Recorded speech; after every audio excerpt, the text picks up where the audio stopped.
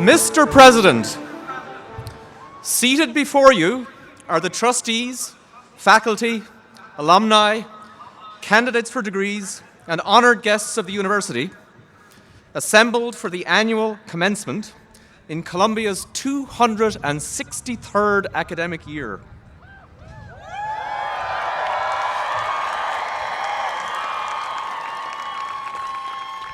With your permission, Mr. President, the exercises will now begin.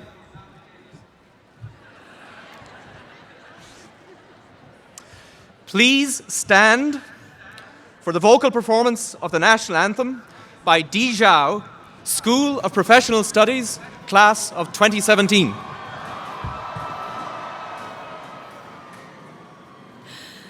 Oh, say, can you see by the dawn's early light what so proudly we hailed at the twilight's last gleaming, whose broad stripes and bright stars through the perilous night o'er the ramparts we watched were so gallantly streaming. And the rocket's red glare, the bombs bursting in air, gave proof through the night that our flag was still there. Oh, say, does that star-spangled banner yet wave o'er the land of the free and the home of the brave?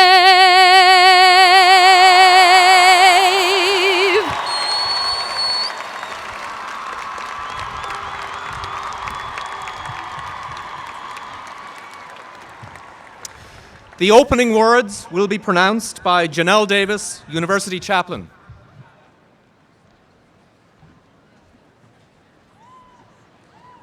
Congratulations, Columbia University 2017 graduates. Your Columbia University degree will identify you around the globe as among the best educated women and men in the world. Graduates, challenges and opportunities are expanding for people who are brave, courageous people of good character and goodwill. As Columbia University alumni, you will have opportunities and responsibilities to address the most critical local, national, and global issues of our times. You will give guidance on matters of international affairs, public policy, business, engineering, architecture, the arts, the humanities, the social and the natural sciences.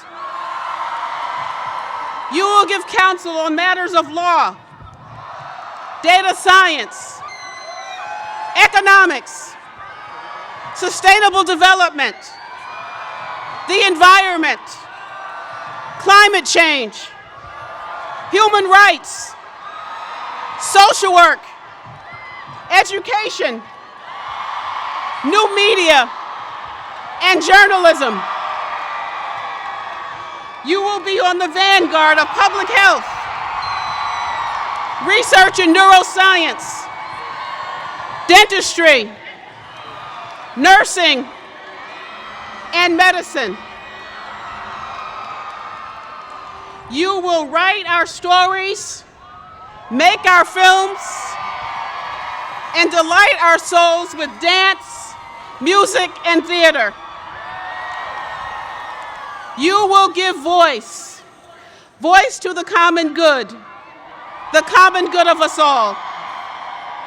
May you enjoy the blessings of lifelong learning, the demands of reasoned optimism, and the joys of daring dreams. Stay brave. Stay brave. May it be so. May it be so.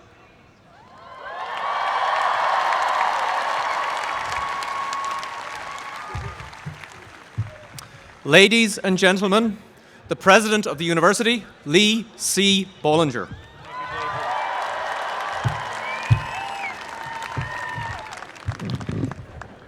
On behalf of the trustees and the faculty of Columbia University, it is my very great pleasure and honor to welcome all of you to this ceremony to celebrate the class of 2017. It is our tradition to gather in this magnificent setting surrounding alma mater to affirm the knowledge acquired by our extraordinary students and to recognize their remarkable achievements. You represent 16 schools, along with our affiliate institutions, Teachers College and Barnard.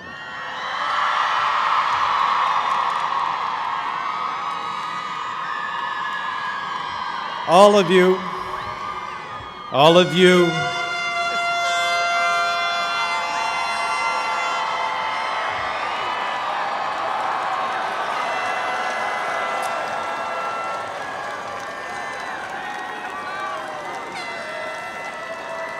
all of you are now intellectually and loyally connected to those who have been here before you over the past 263 years, and to those who will follow you for centuries to come. This day is all about the graduates and what you've earned. Earned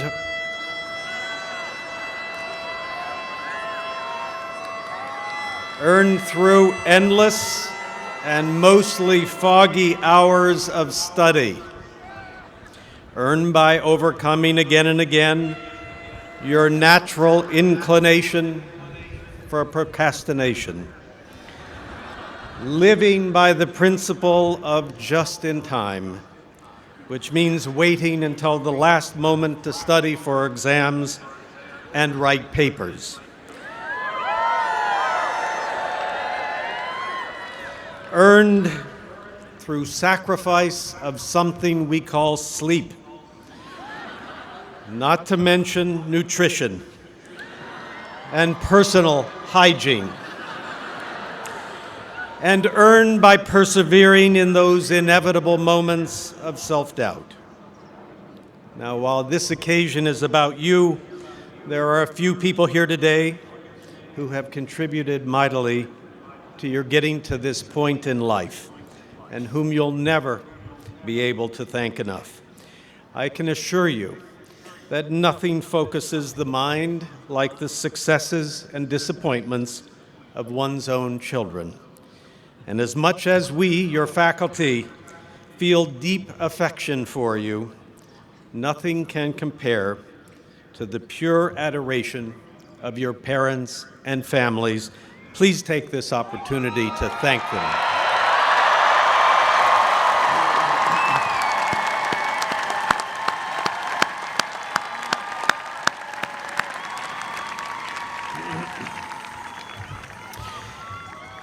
Because a graduation signifies such an important moment of achievement and transition in life, it leaves a deep impression on our minds.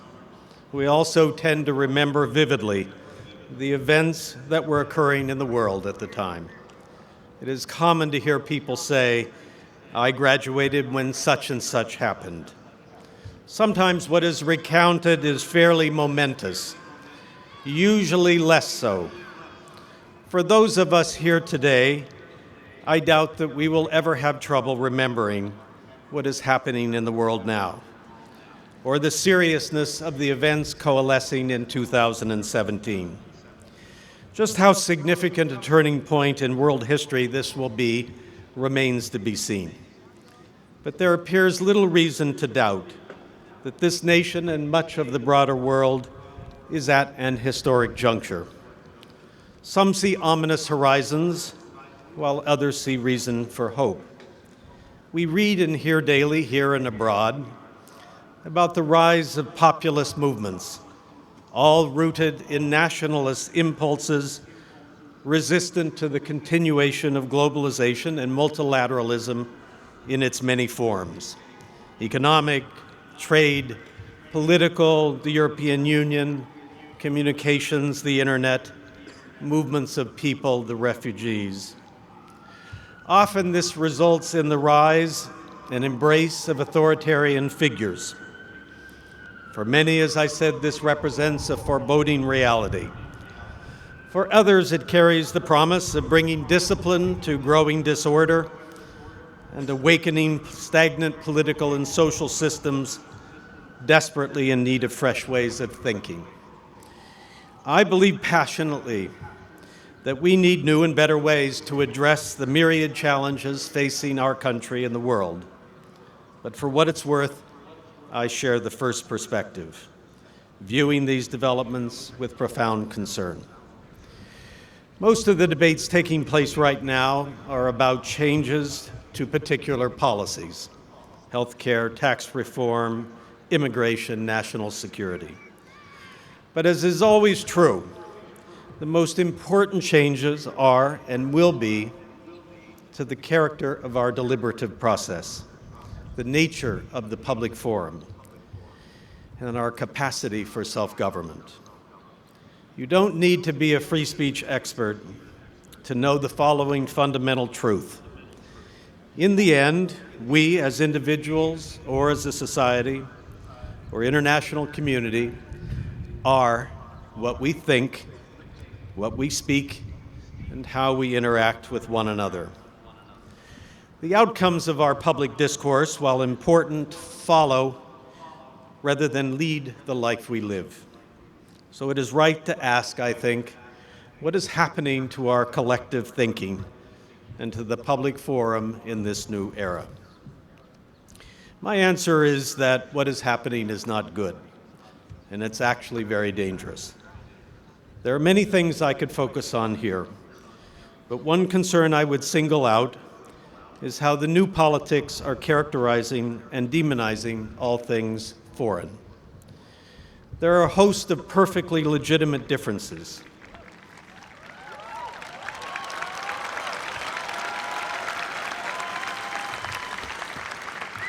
There are a host of perfectly legitimate differences of opinion and responses when it comes to how to address major challenges like climate change, international trade, terrorism, the integrity of national elections, or privacy and hate speech in the digital age. The problem, however, is not with the fact that there are many hard questions or a vigorous debate about them, but with the emergence of and stoking of a state of anger and fear surrounding them.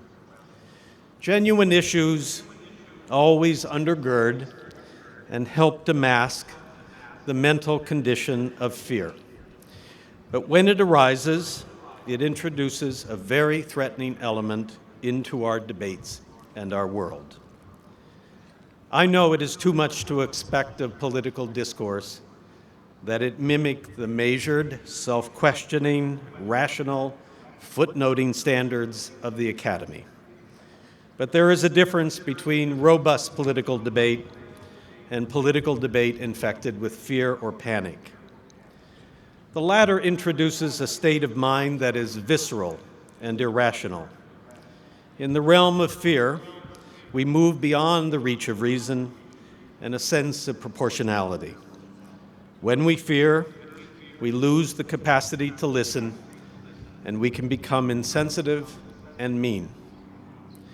Our Constitution is well aware of this fact about the human mind and its negative political consequences. In the First Amendment jurisprudence established over the past century, we find many expressions of the problematic state of mind of fear. Among the most famous and potent is that of Justice Brandeis in Whitney versus California in 1927, one of the many cases involving aggravated fears of subversive threats from abroad. Quote, "It is the function of free speech," Brandeis said, "to free men, people from the bondage of irrational fears." Men feared witches, Brandeis continued, and burned women. Today, our witches are terrorists, and Brandeis's metaphorical women include the refugees, mostly children, and displaced persons, immigrants, whose lives have been thrown into suspension and doubt,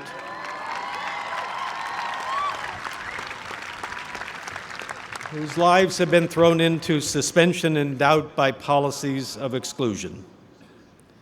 There are many reasons to oppose these policies, but one in particular strikes at the heart of our intellectual life and is best expressed by the mission of universities, namely, that we should avoid, if at all possible, heedlessly erecting walls, intellectual walls, that will impair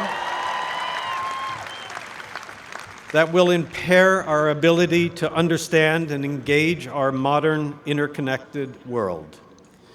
For the world today is imbued with profound issues and needs that, however much we might wish otherwise, simply are not going away, that no wall can block, and that deserve as much attention and thought as our collective minds can possibly muster. Columbia University, by our history, our location, and through our active and ongoing efforts, has embraced the responsibility to be an American university with an international scope. At home, not just in this great city, but in the world. We are properly proud of our international students and faculty.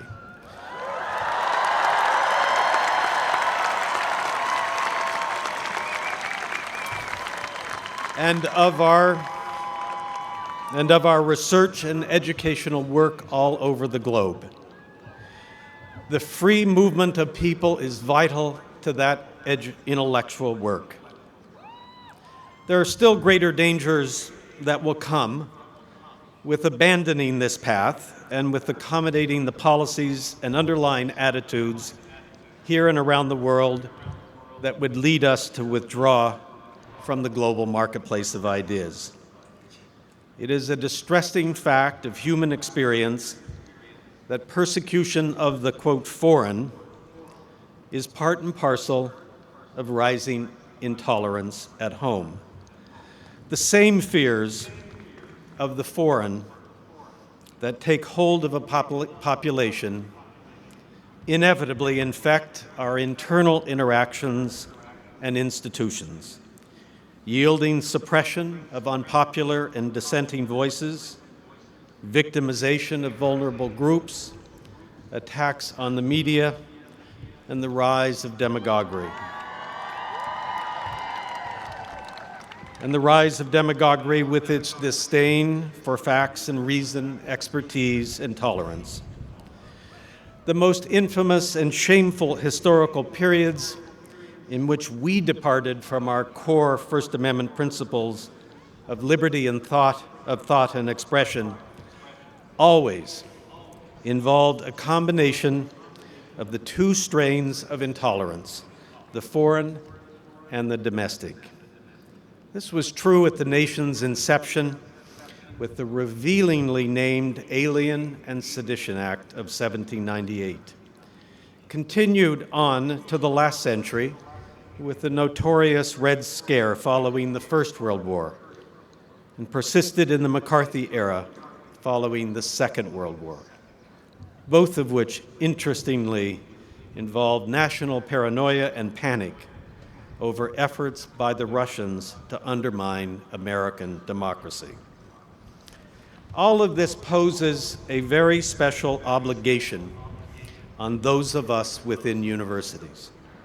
Not only must we make the case in every venue for the values that form the core of what we do and what we are, but we must also live up to our own principles of free inquiry and fearless engagement with all ideas. This is why recent incidents on a handful of college campuses disrupting and effectively censoring speakers is so alarming. Such acts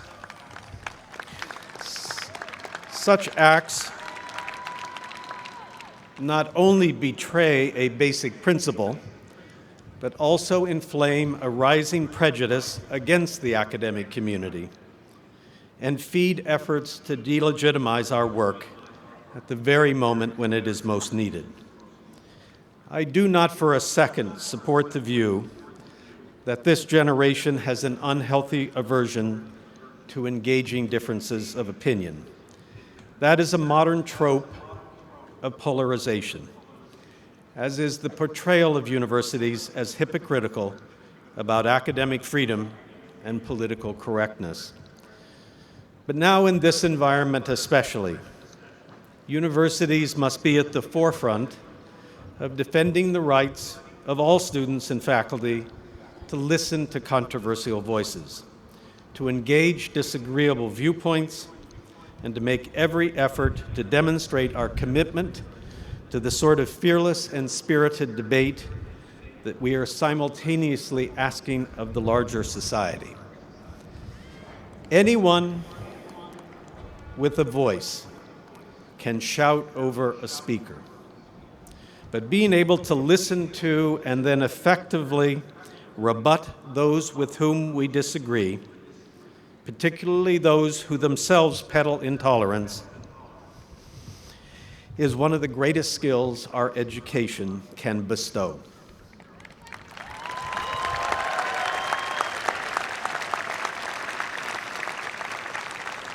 And it is something that our democracy desperately needs more of. That is why I say to you now, if speakers who are being denied access to other campuses were to come here, I will personally volunteer to introduce them and listen to them, however much I may disagree with them.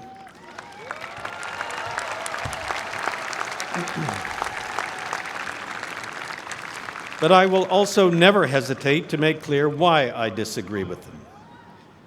This is a time, above all, for active engagement. That, of course, means you when you leave here, and the rest of us who stay to be with your successors. But I also believe that universities now need to rethink their role in society and consider new ways to apply the extraordinary knowledge and capacities we possess to activities that will improve the human condition and help to solve humanity's problems. Our special role as a university, of course, is to expand knowledge and to educate the next generation. And to do that, we must be careful not to take political sides. But even with that injunction in mind, there is plenty of room for universities to be far more engaged than we have been. Many faculty members already find ways to do this on their own. But no university has adopted as a central mission the project of working closely with partners beyond the academy, in government, the private sector, and civil society, who have the power, influence, and relationships to transform the intellectual work into solutions so urgently needed in the larger world. And as you know, Columbia is now planning to embark on that very mission through the new Columbia World Projects. Whether it be through climate monitoring and seasonal forecasting aimed at mitigating the effects of climate change on public health, food security, and global migration, or by making the coming revolution in healthcare based on precision medicine's use of genetic sequencing, making it available to the largest number of people, there are many areas where Columbia can be more actively involved in helping out with some of the world's greatest needs. I hope in the years to come, you will look back with pride on what Columbia has done in traditional and in new ways to help make your world and our world better. So I conclude where I began, by noting the pervasive sense that society is at an historic juncture. Each of us will have our own views about the proper resolution of issues now dominating the public's attention, and even more significantly, about the populist tides we are witnessing. This much, though, should be clear as you take stock of this auspicious moment in your own life. The way you think and speak and engage those who will be your partners in charting the future will count for everything. For our collective efforts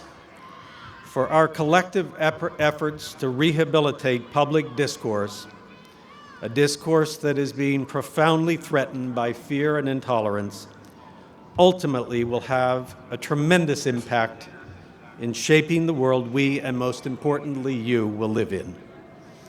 If you succeed in that project, in rejecting that fear, and engaging with the world in all its complexity, as you have done in your time here at Columbia, then the promising and essential work commencing here at your alma mater will, I am certain, have its intended effect.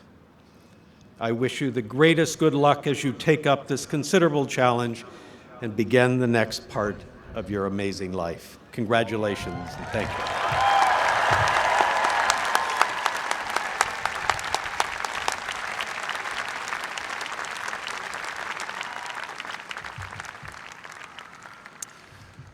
The Provost of the University, John H. Coatsworth, will present the candidate for the University Medal for Excellence and candidates for degrees in honoris causa. Please hold your applause until all citations have been read.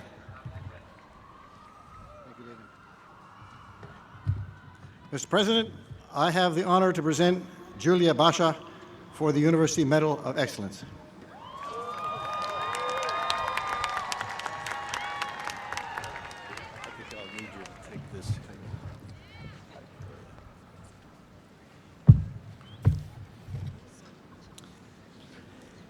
Julia Basha, you are a rare individual, a Brazilian-born woman who attended Columbia's School of General Studies and found her calling as a documentary filmmaker immersed in the conflicts of the Middle East. Your filmmaking tells the stories of individuals who reach across religious and political divides, choosing the path of nonviolence to effect change. These sensitive documentaries on the Israeli-Palestinian conflict expand our understanding of that ongoing struggle. And through them, we learn about what the human spirit can achieve in the face of despair and division. For the remarkable films you already have given us, and for those you will create in the future, we proudly present to you with the Medal of Excellence of the University. Congratulations, Julia Basha.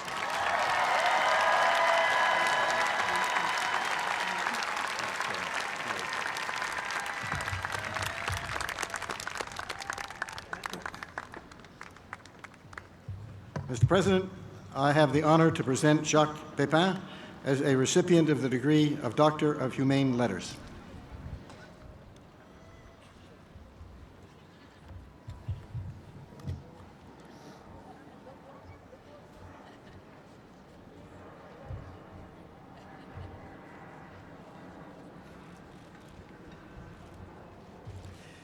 Jacques Pépin, in a world where many aspire to such status, you are a genuine culinary icon, a groundbreaking chef who democratized the art of cooking, and in so doing, remade the modern American kitchen.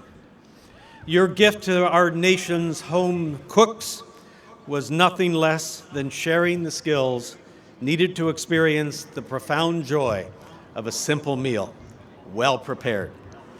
A personal chef to 3 heads of state, you chose to engage the public rather than remain ensconced in the executive mansion.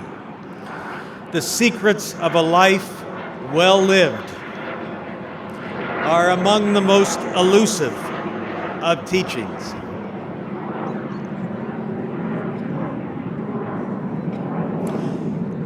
For offering us that guidance and more, Columbia is proud to present you with the degree of Doctor of Humane Letters, honoris causa. Congratulations, Jacques Pepin.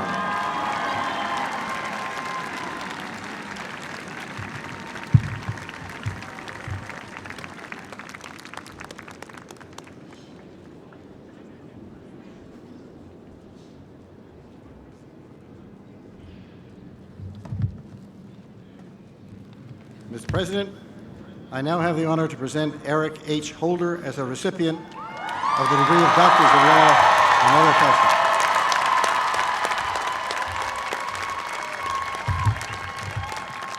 Congratulations, Eric. Eric H. Holder, Jr. For 6 years as a history-making U.S. Attorney General, you provided a shining example for the nation. Your character and values were revealed by the causes you championed so effectively: the prosecution of hate crimes, reform of the criminal justice system, support for the right of same-sex couples to marry,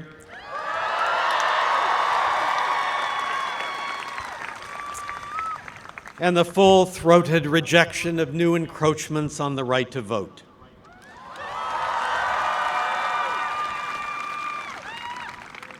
We looked on with pride and admiration as you, an alumnus of Columbia College and the law school,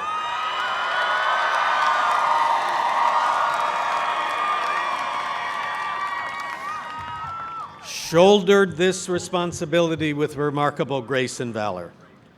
For your courage, your grit, and your determination to protect the liberty and security of all Americans, Columbia is proud to present you with the degree of Doctor of Laws, honoris causa. Congratulations, Eric.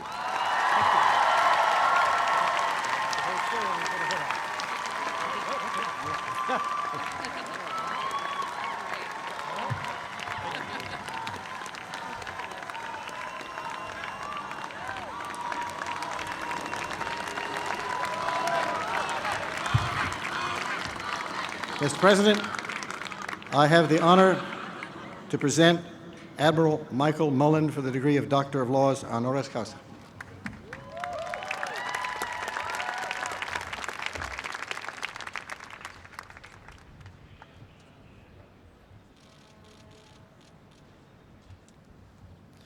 Admiral Michael Mullen, as Chairman of the Joint Chiefs of Staff, you served 2 presidents with distinction and valor.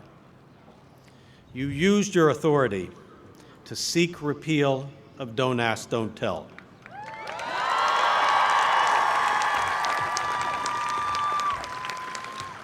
Recognizing that a policy of institutionalized dishonesty was beneath the dignity of America and its armed forces. The United States military, the nation, and the world know you to be a leader of the highest caliber, one who speaks with quiet candor and acts with unimpeachable integrity. At this university, particularly among our thriving community of student veterans and reservists, you will forever be remembered for healing the half-century-old rift between higher education and the military, and for being our partner in returning the Naval ROTC to Columbia. For your service, your sacrifice, and your courage, Columbia is proud to present you with the degree of Doctor of Laws, honoris causa. Congratulations, Michael Mullen.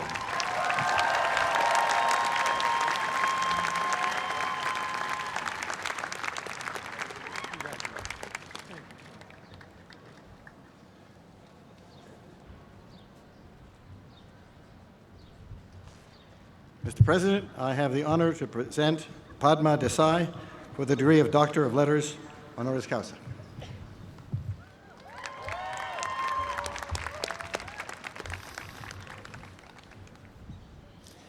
Where is she? Is she coming?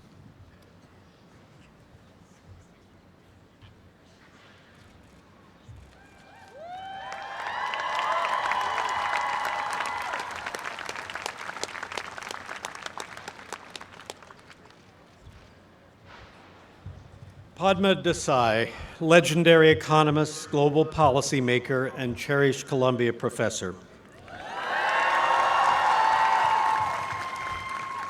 Your contributions have left indelible marks on the fields of emerging markets and comparative economic systems, while at the same time elevating the well-being of societies around the world. You are a global citizen and scholar, deeply curious about different cultures, ideologies, and people.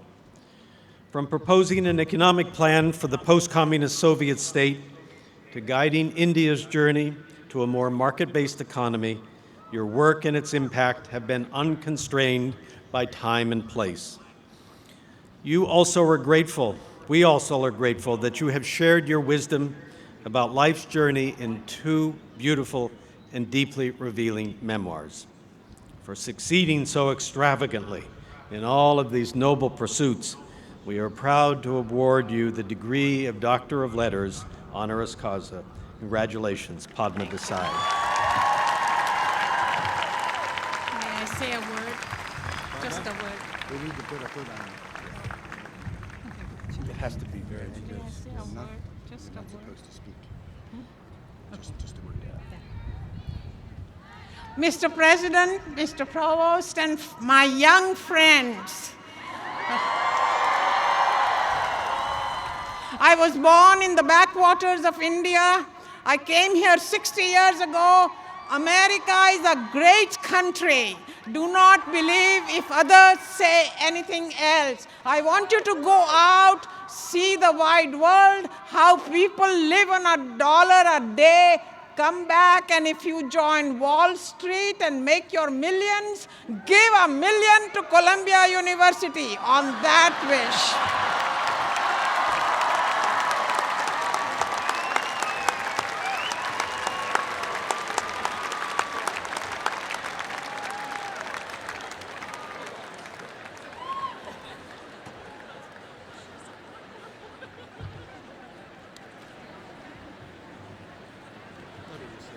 Sure. Not just $1 million.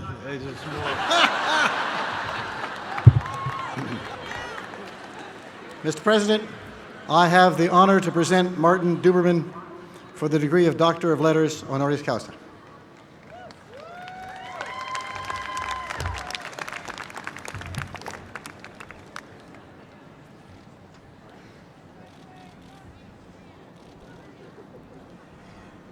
Martin Duberman, few historians and indeed few contemporary scholars have more powerfully demonstrated the role of the intellectual in forging social progress. Your award-winning political plays exploring the devastating personal impact of repression and your biography of brilliant outsiders, including Paul Robeson and Lincoln Kirstein, have inspired many, as has your candid nonfiction demanding that gays, lesbians, and other minorities be freed from establishment stereotypes and constraints. For you, action always followed insight.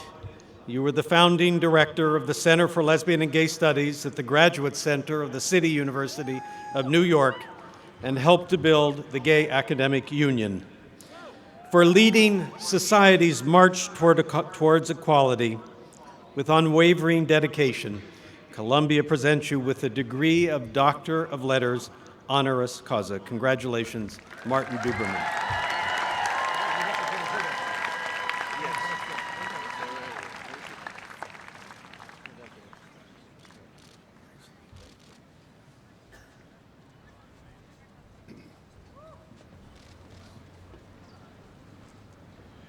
Mr. President, I have the honor to acknowledge João Gilberto Prado Pereira de Oliveira, for the degree of Doctor of Music honoris causa.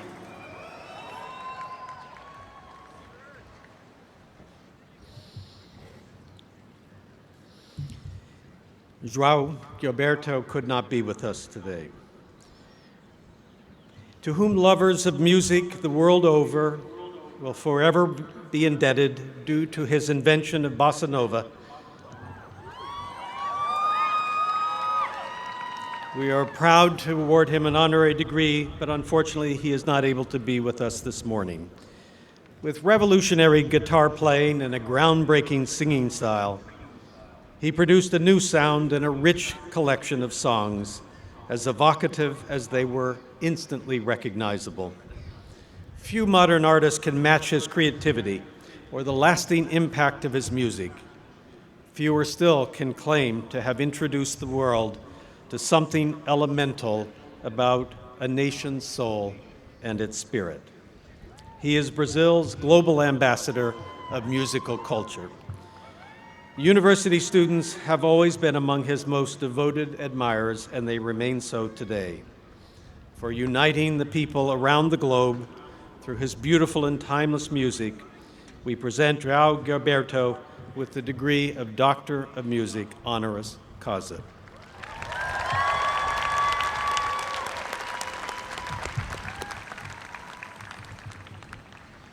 Mr. President, I have the honor to present Alan Irwin Hyman for the degree of Doctor of Science honoris causa.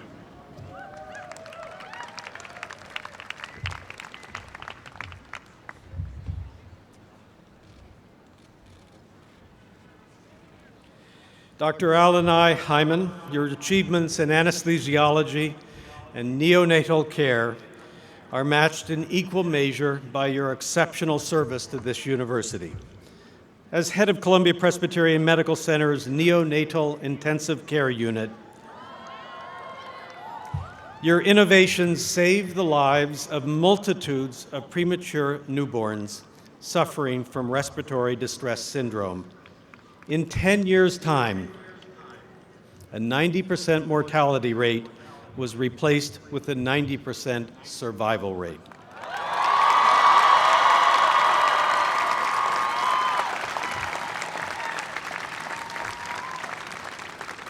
Our College of Physicians and Surgeons will forever be grateful for your dedication to training aspiring doctors. Columbia College counts you among its most cherished alumni.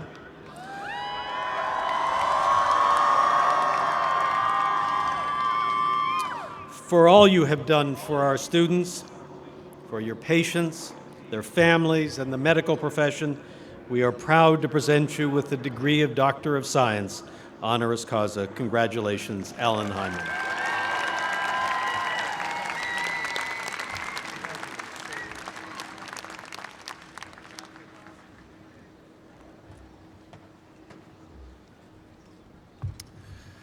The President of the University will present the awards for excellence in teaching.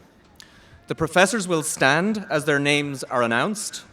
Please hold your applause until all recipients have been recognized.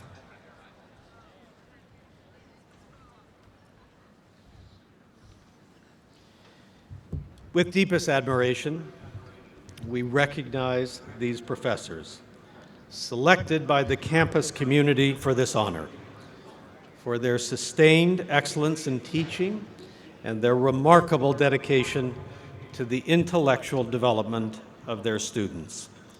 Lisa Bates, Assistant Professor of Epidemiology.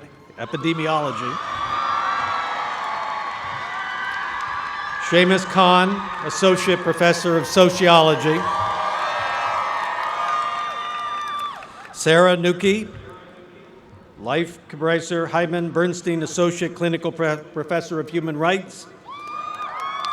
Aaron Matthew Kyle, Senior Lecturer in Biomedical Engineering Design.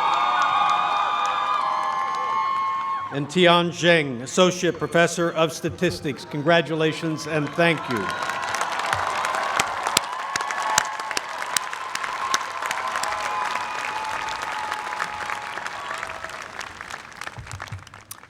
The President of the University will present the 2017 alumni medalists. The alumni will stand as their names are announced. Please hold your applause until all recipients have been recognized. Just as you did this last time. The Alumni Medal is the highest award bestowed by the Columbia Alumni Association in recognition of distinguished service and commitment to the university. I am pleased to recognize the 2017 Alumni Medal recipients for their extraordinary dedication to Columbia. Anthony Angelo Angoni, the Fu Foundation School of Engineering and Applied Science and Columbia Business School. Michael Kornfeld, Graduate School of Arts and Sciences. Kathleen Ann Crowley, Mailman School of Public Health. Emily Ball Jabor, School of Social Work. Stephen Michael Kane, Columbia College and Columbia Law School. Peter Marber, School of International and Public Affairs. Matthew C. Romney, Columbia School of Nursing, Martha C. Romney, Francis Sadler, Barnard College and Teachers College, and Hitoshi Tanaka, the Fu Foundation School of Engineering and Applied Science, and lastly, Sherry Panzer Wolf, Columbia College. Congratulations.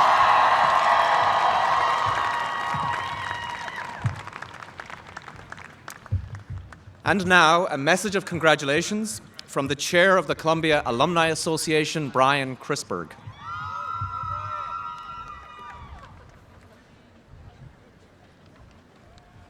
Good morning, class of 2017. My name is Brian Crisberg, Columbia College, class of 1981. Columbia Law School, class of 1984. And I am especially proud today to say that I am a parent of a graduating Columbia College senior.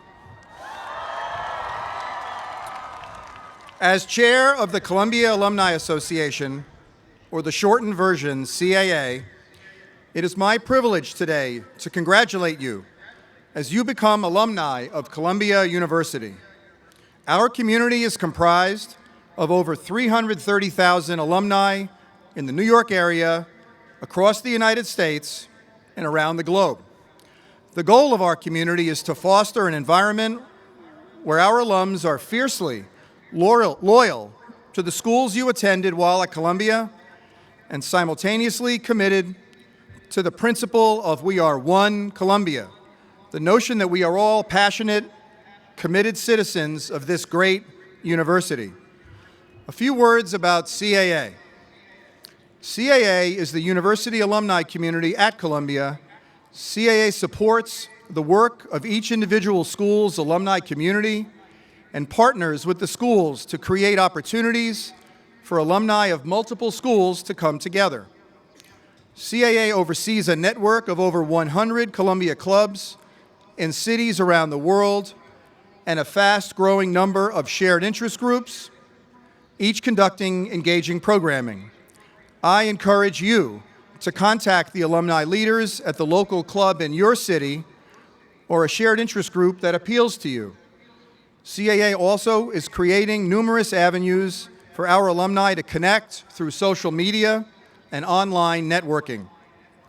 As you move ahead with your careers and lives, you will be regularly provided with the means to stay engaged with Columbia.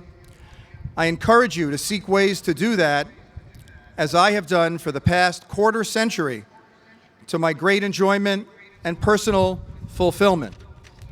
In closing, I extend my best wishes to the fabulous class of 2017 and ask that for those of you who know the words, join me in the following short refrain written in 1923. Sorry. Roar, lion, roar, and wake the echoes of the Hudson Valley. Fight on to victory evermore. While the sons of Knickerbocker rally round Columbia, Columbia, shouting her name forever. Roar, lion, roar, for Alma Mater on the Hudson shore. Thank you.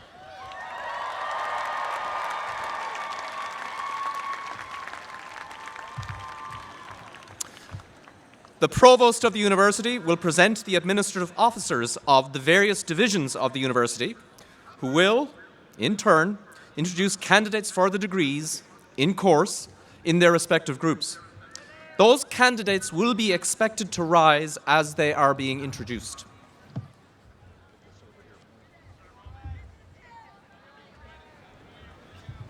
Mr. President, it is my pleasure to present James J. Valentini, Dean of Columbia College.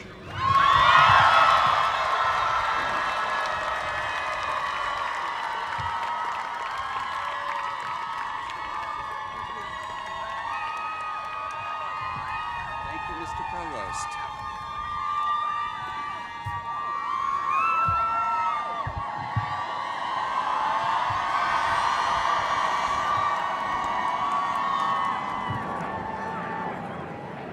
Mr. President, before you appear the 1,172 candidates for the degree of Bachelor of Arts in Columbia College, who are celebrating not only their own graduation, but the 30th anniversary of the first fully coeducational graduating class of Columbia College. They have completed each and every one of the requirements prescribed by the faculty of Columbia College for that degree and have encyclopedic knowledge in all fields of human endeavor. They know that 30 is the smallest spheric number and that 30 is the atomic number of zinc. They can identify all 30 of Box-Goldberg variations and know why 30 is the minimum age for U.S. senators. They understand the causes of the 30 Years' War, and they can explain the 30-second shot clock in college basketball. And they know that their college was already 30 years old when its name was changed from King's College to Columbia College in 1784. Given this knowledge, I beg you, sir, to grant them this degree along with the rights and privileges thereto attached.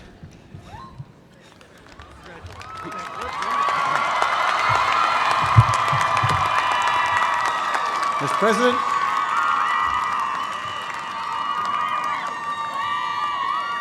Mr. President, it is my pleasure to present Mary C. Boyce, Dean of the Fu Foundation School of Engineering and Applied Science.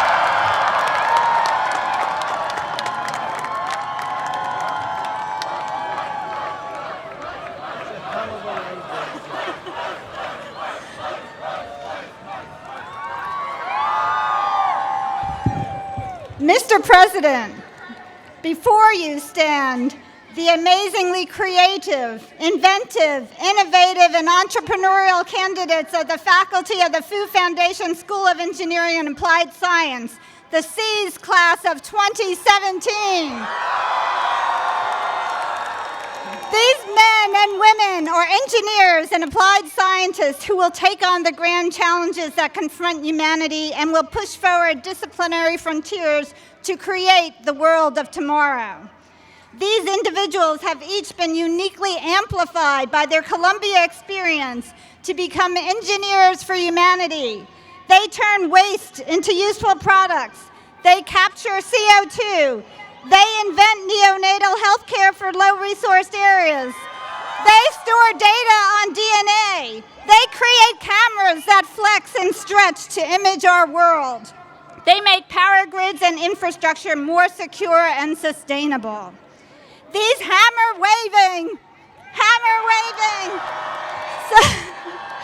socially responsible engineers and applied scientists who stand before you today are not artificially intelligent. They are chemically reactive, mathematically determined, physically limitless, biomedically enhanced, civilly sustainable, computer animated, electrically empowered, data driven, environmentally responsible,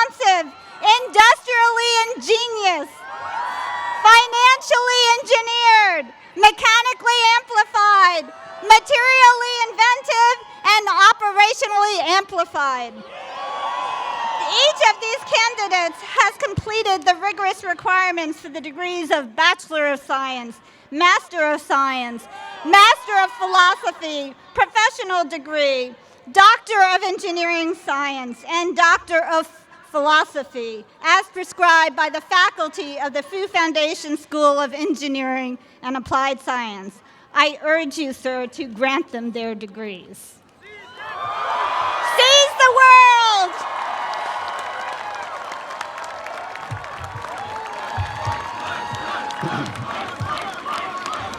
Mr. President,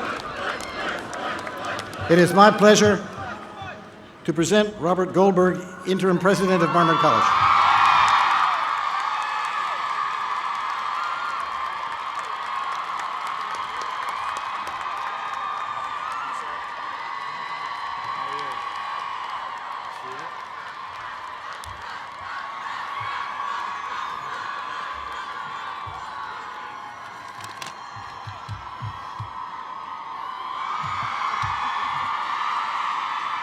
Let him hear you. Mr. President, it is my honor to present you the brilliant, the confident, and the never complacent Barnard College class of 2017.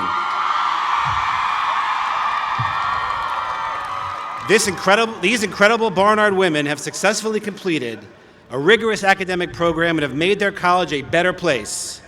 Over the past 4 years, they have reacted to the past, mastered 9 ways of knowing, eaten breakfast at midnight, deciphered analytic geometry, and devoured medieval history, won Fulbrights and Trumans, interned from the Bronx to the Battery, and brought issues of empowerment, environment, and equity to the top of the agenda.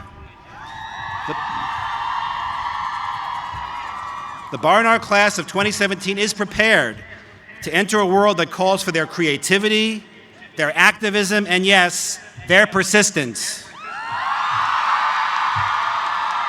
They are more than ready to meet the challenges of tomorrow, and I can assure you, sir, their voices will be heard.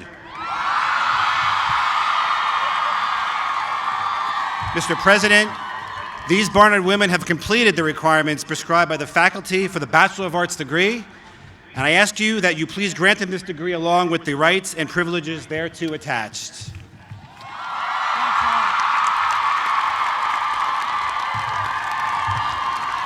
Mr. President, it is my pleasure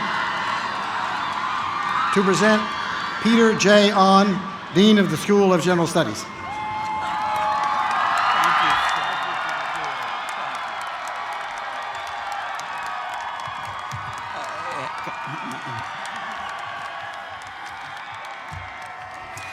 Mr. President. Sit down, come on.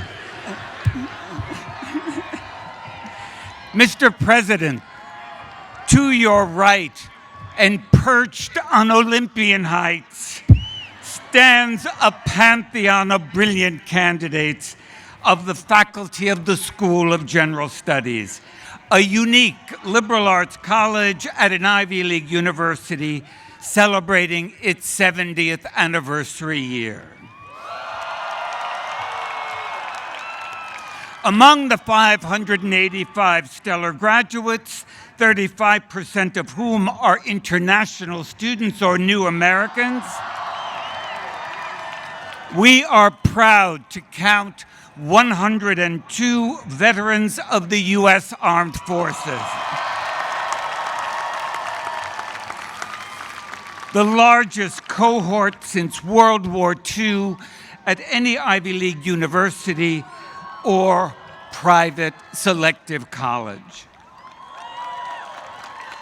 We have more dancers than the City Ballet, world travelers, single parents, entrepreneurs, graduates of our dual and joint BA programs with Sciences Po, with the City University of Hong Kong, and the Jewish Theological Seminary. All of our graduates, sir, are deeply indebted.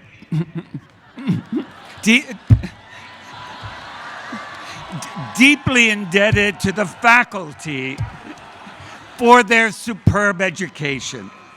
These exceptional women and men have completed the requirements prescribed by their faculty for the degree of Bachelor of Arts. I beg you, sir, please grant them this degree along with the rights and privileges thereto attached. Thank you again.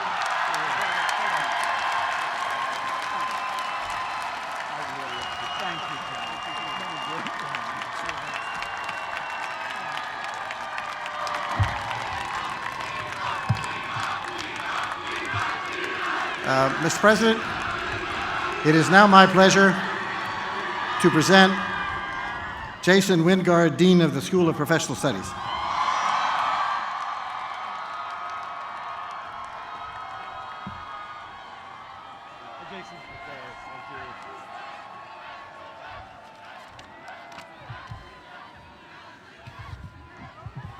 Mr. President, before you stand the exceptional, focused, adaptable, marketable, and bright candidates of the Faculty of Professional Studies. These candidates are earning degrees across 14 professional disciplines. The unifying characteristics of this class are an unquenchable thirst for continuous applied learning, an undeniable quest to be leaders and agents of change in their respective fields, and an uncommon readiness profile for the market demands of tomorrow. This class includes future innovators just beginning their professional journey, senior managers pivoting to new and emerging fields of practice, and industry executives advancing to the C-suite.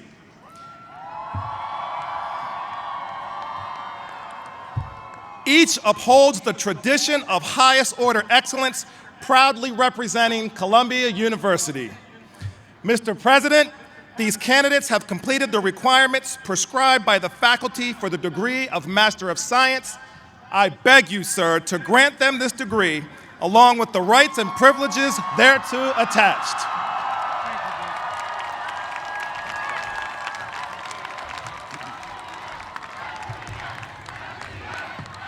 Mr. President, it is my pleasure to present to you Carol Becker, Dean of the School of the Arts.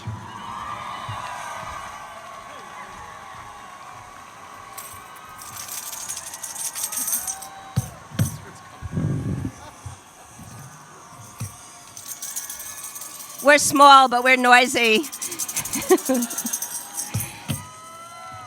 Mr. President, over there, predictably, on the extreme left,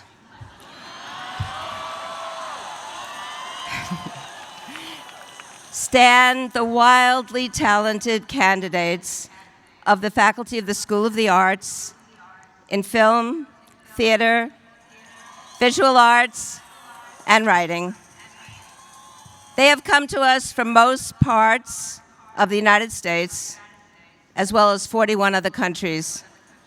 They are indisputably creative, hip, savvy, talented, fashionable, and most of all, resourceful. They've won many awards, presented, screened, displayed, performed, and published their work in esteemed venues throughout the city and the world. And while accomplishing all this, they have miraculously completed the requirements prescribed by the faculty for the degrees of Master of Arts and Master of Fine Arts.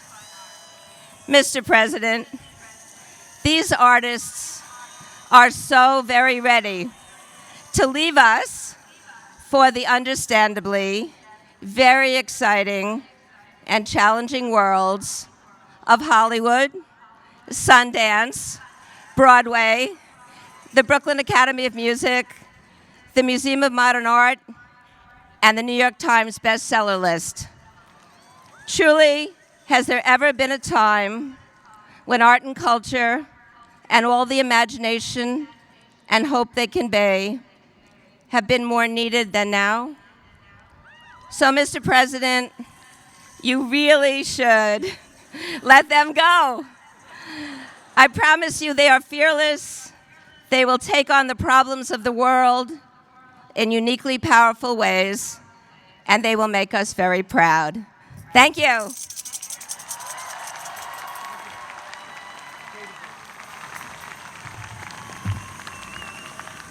Mr. President, it is my pleasure to present Merritt E. Janow, Dean of the School of International and Public Affairs.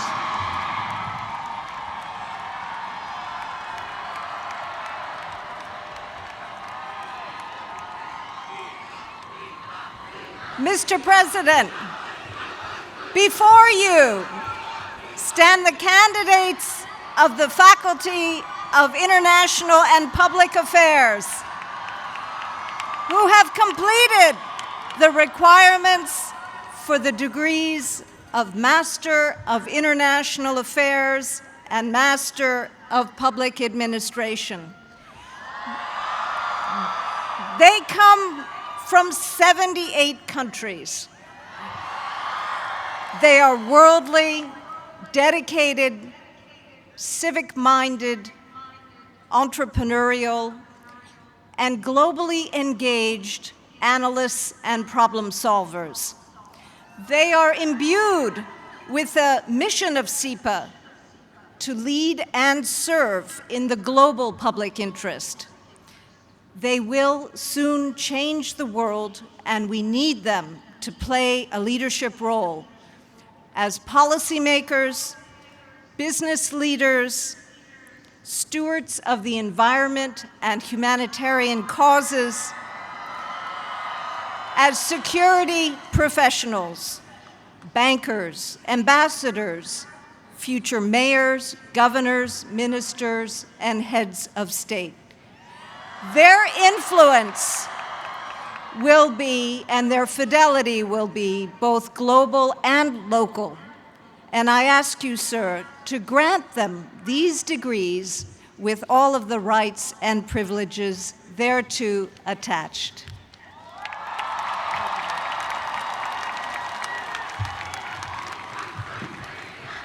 Mr. President, it is now my pleasure to present to you Erwin Garfinkel, Interim Dean of the School of Social Work.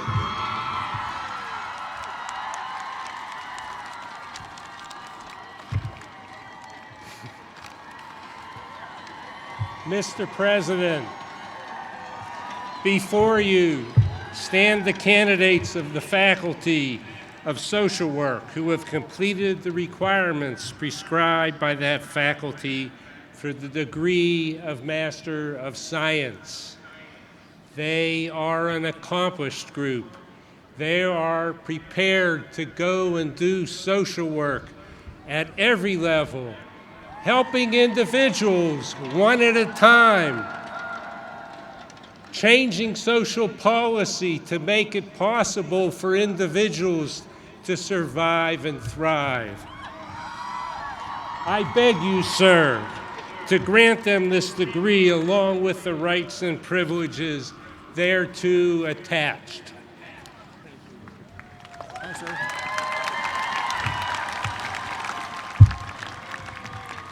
Mr. President, it's now my pleasure to present to you Christian S. Stoller, Dean of the College of Dental Medicine.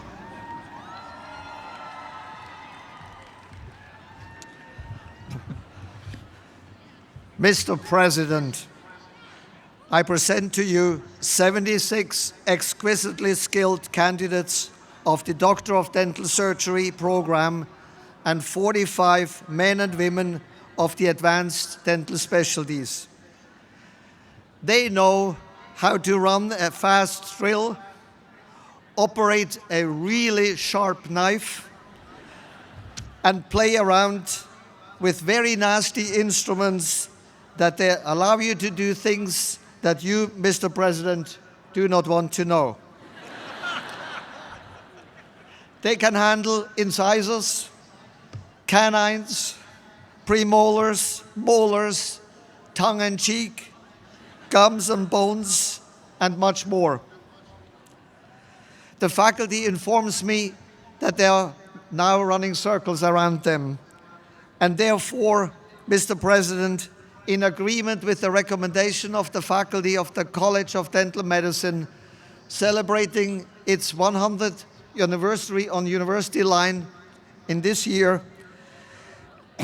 I urge you, Mr. President, I beg you, Mr. President, to confer upon these candidates the degree Doctor of Dental Surgery and the applicable degree for the advanced specialties.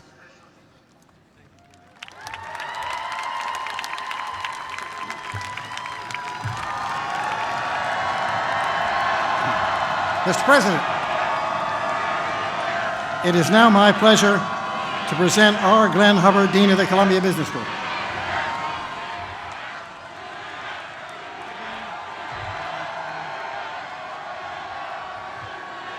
Mr. President, before you stand, the entrepreneurial, the opportunity-ready candidates of the Faculty of Business. Take stock of my bond, sir. Accept my warrant. Look on with interest. They have completed the ridiculously hard requirements prescribed by the faculty for the degrees of Master of Business Administration and Master of Science.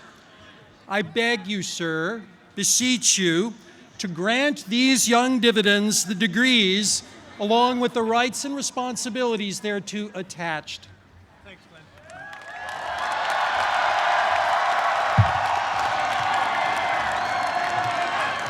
Mr. President,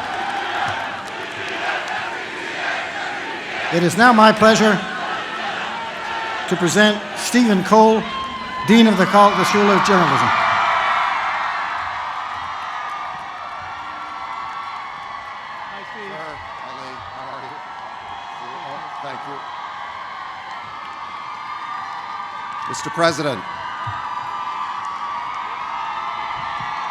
Mr. President,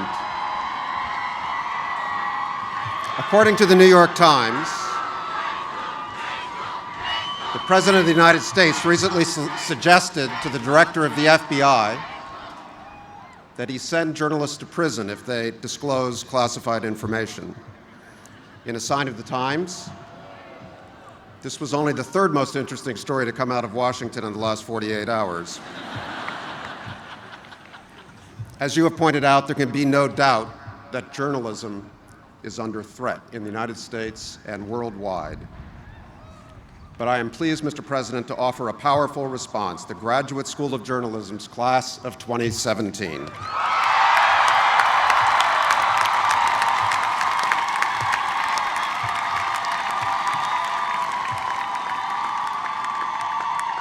They have spent a hard, harrowing year internalizing the highest values of their profession: independence, courage, persistence, and investigative skill. They know now that a slug is not only a mollusk, they know it is better to be right than first. They are the alternative to alternative facts.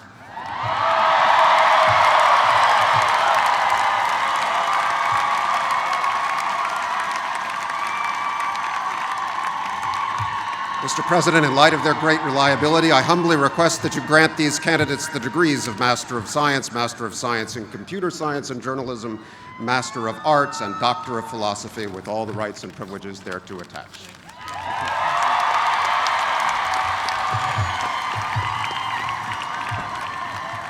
Mr. President, it is now my great pleasure to present Susan H. Furman, President of Teachers College.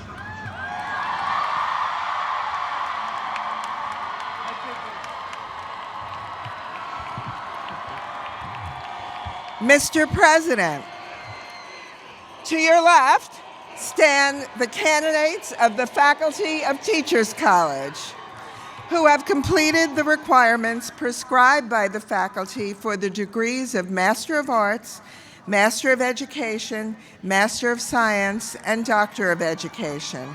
I implore you, sir, to grant them these degrees along with the rights and privileges thereto attached. They are schooled in schooling, intense about innovation, revved up about reform, learned about leading, tuned into technology, and above all, yearning for learning. Thank you.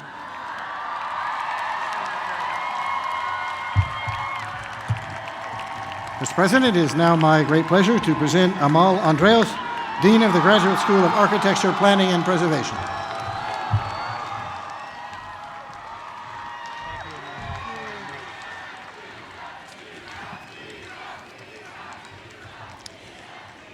Mr. President, before you stand the candidates of the Faculty of Architecture, Planning, and Preservation, the GSAP class of 2017. These students are visionaries, digital pioneers, makers par excellence, entrepreneurs extraordinaires, and incurable idealists.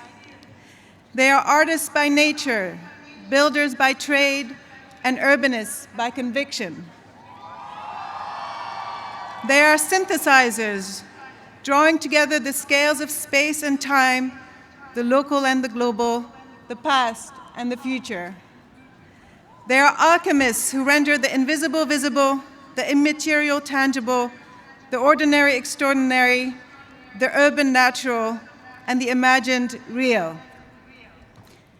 In their hands and minds is the future of architecture, of cities, and of the environment. They have boldly, brilliantly, and without any sleep completed the requirements prescribed by that faculty for the degrees of Master of Architecture and Master of Science. I beg you, sir, to grant them these degrees along with the rights and privileges thereto attached.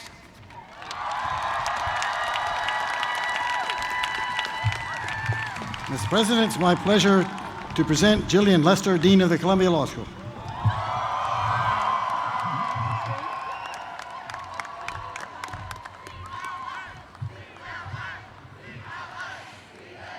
Mr. President, here before you stand the candidates who have completed the requirements prescribed by the faculty for the degrees of Juris Doctor, Master of Laws,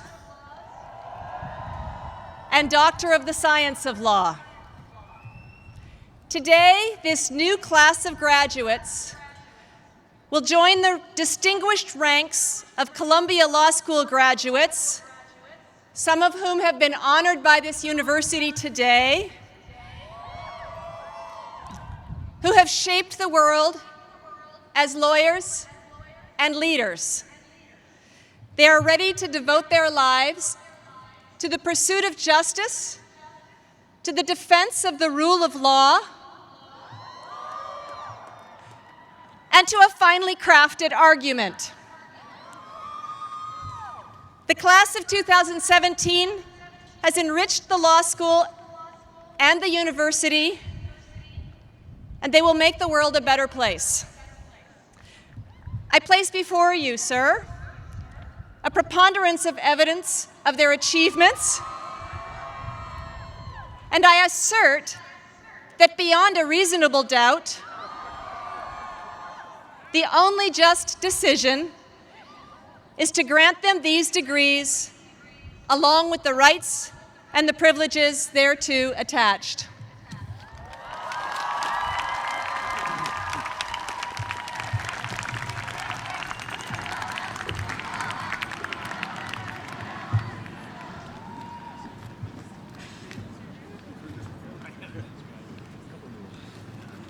Mr. President, it's my pleasure to present to you Lee Goldman,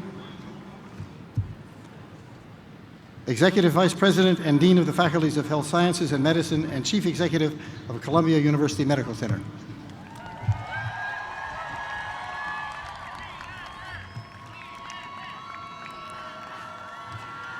Mr. President, on behalf of the faculty of Columbia's College of Fabulous Physicians and Superb Surgeons, I'm proud to present the candidates who've been undaunted as they've completed our version of the 3 R's. That's our ridiculously rigorous requirements. For master's or doctoral degrees in human nutrition, occupational therapy, physical therapy, science, and medicine. Now, I realize that they seem young today, but tomorrow we'll all be relying on them. We'll be relying on them whether you need a careful physical examination or get heat stroke at a graduation. Whether your diet's not quite right or you've got poor eyesight. Whether you've got an ache in your back or an acute heart attack.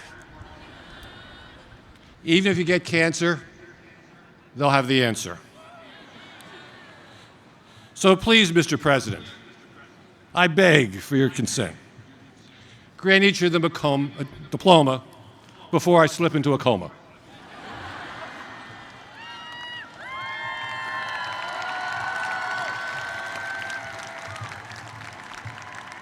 Now, Mr. President, as you know, this is the 250th anniversary of the medical school.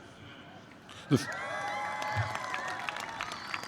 first medical school in the then colonies to grant the MD degree. As has been our custom for these many years, may we also request your permission to administer the Hippocratic Oath to those to whom you have just granted the Doctor of Medicine degree. Now, Mr. President, this year's graduates are prepared to recite that oath by heart in the original ancient Greek. But I beg your permission to allow me to administer the oath to them and to be joined by some of our distinguished medical faculty who are also standing.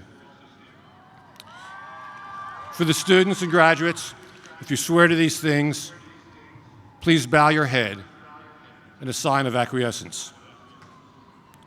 I solemnly swear, by whatever I hold most sacred, that I will be loyal to the profession of medicine and just and generous to its members, that I will lead my life and practice my art in uprightness and honor, that into whatsoever house I shall enter, it shall be for the good of the sick, to the utmost of my power, including myself far aloof from wrong, from corruption, and for the tempting of others to vice, that I'll exercise my art solely for the cure of my patients, and I will give no drug, nor perform no operation for an unworthy purpose, even if solicited, far less suggested. That whatsoever I shall see or hear of the lives of my patients, which is not fitting to be spoken, I will keep inviolably secret. If you are true to this oath, may good repute ever be yours. The opposite, if shall you prove yourselves forsworn. Congratulations and welcome to the profession of medicine.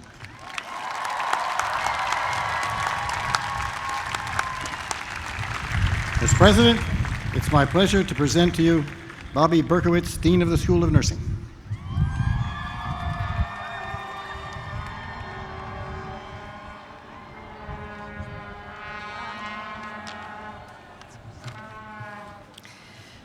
Mr. President, please meet a representative sample of more than 350 candidates of the 2017 graduating class of the School of Nursing. It's the School of Nursing's 125th birthday this year, and our faculty believe at that advanced age we have the expertise to produce some of the best men and women in nursing who are the next generation of clinicians and scholars who will keep us healthy, manage our care should we become ill, and discover new ways to improve quality of health care because our health depends on them, it is in your best interest and all of us, sir, that you grant the Master of Science, Doctor of Nursing Science Practice degrees, along with the rights and responsibilities and privileges thereto attached.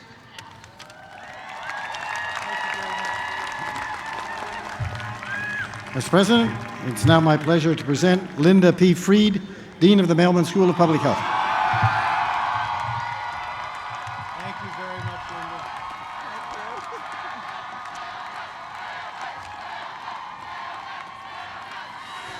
Linda. Mr. President, before you, with the immensely loud voices, stand the socially committed, relentlessly global, human-focused, politically astute, diverse, and stupendously brilliant candidates of the Mailman School of Public Health.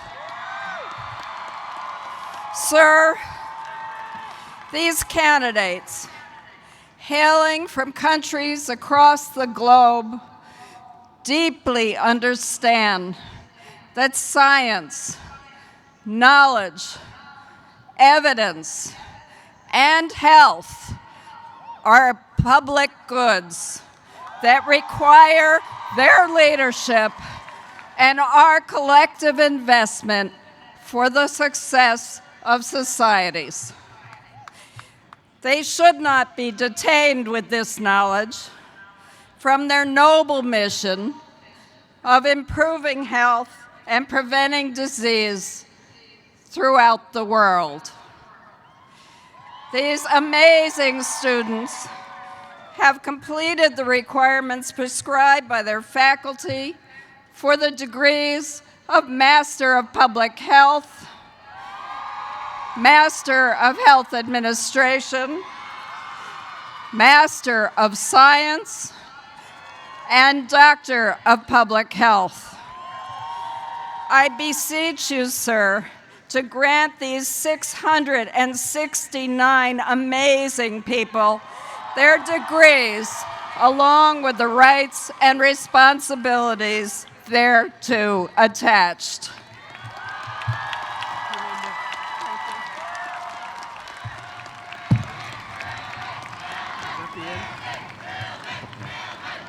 Mr. President, it's my pleasure to present Carlos J. Alonso, Dean of the Graduate School of Arts and Sciences.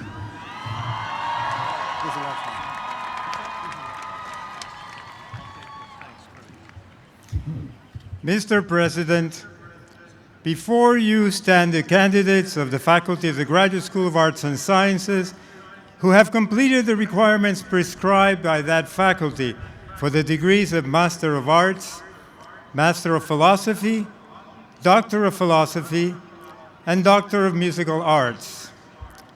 Sir, I am aware that, as President, you receive great intel. Indeed, you probably have people brief you on great intel every day.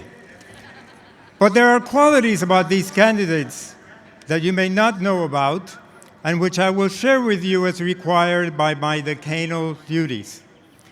They have come to dislike the adjective interesting, which seems to be the usual response from their audience, whether at a bar or at a family gathering, whenever they finish explaining their research, as in, interesting. They have realized, to their great chagrin, that nobody really cares as much as they do about the proper use of the semicolon, or is convinced, as they are, that Congress should legislate to impose its correct usage throughout the land. They have their own concept of time and have grown accustomed to measuring years, not as 12 months, but with a unit called the semester. For them, the year has only 3 seasons: fall, spring, and summer. And summers are always too short, and fall and spring always feel like they will never end. And finally, at some point they became convinced that they had mastered the Jedi mind trick, because for many years they were able to say to their relatives and friends, "I'm almost done with my thesis." And their relatives would always answer back, "Of course, you're almost done with your thesis." But done they are, sir. And today they have their final vindication, because they will receive from you the supreme degree that the academic world has to offer. I beseech you, Mr. President, to give them and their families and friends occasion to rejoice by granting them these degrees along with the rights and privileges thereto attached.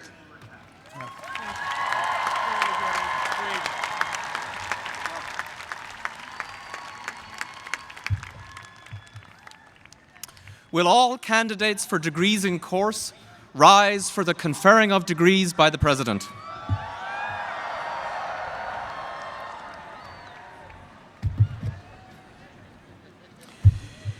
Enough begging.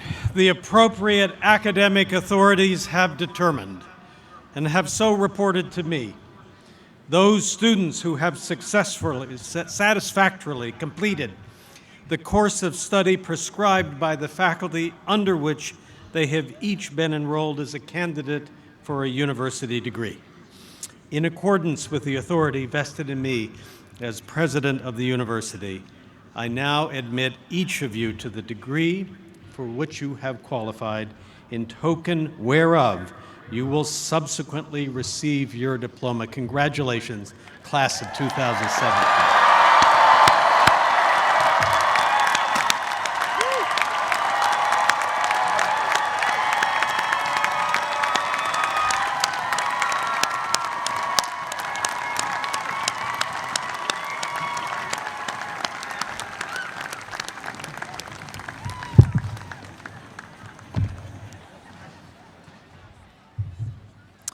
Please now rise and join the Columbia Cliffhangers in the singing of Stand Columbia. Please remain standing for closing words by the University Chaplain, Janelle Davis.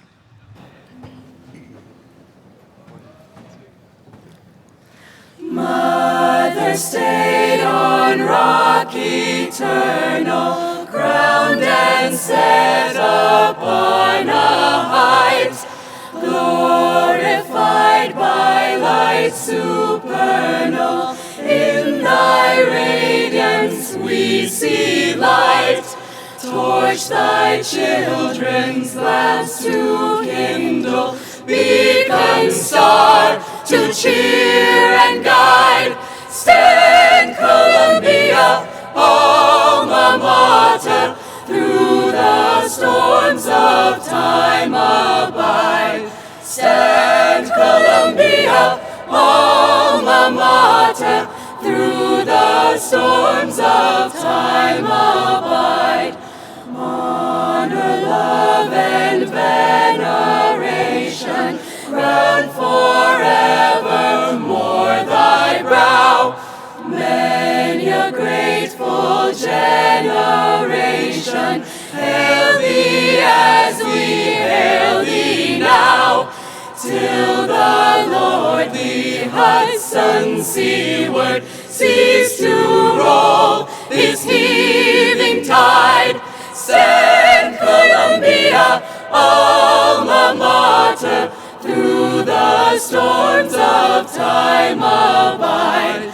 Stand Columbia, alma mater. Through the storms of time abide.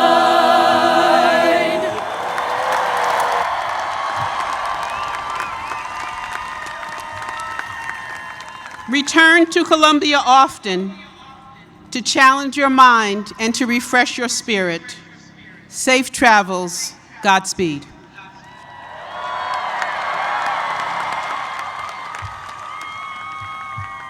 Until the academic procession has entered Low Library, guests of the university and the graduates are requested to remain in their places.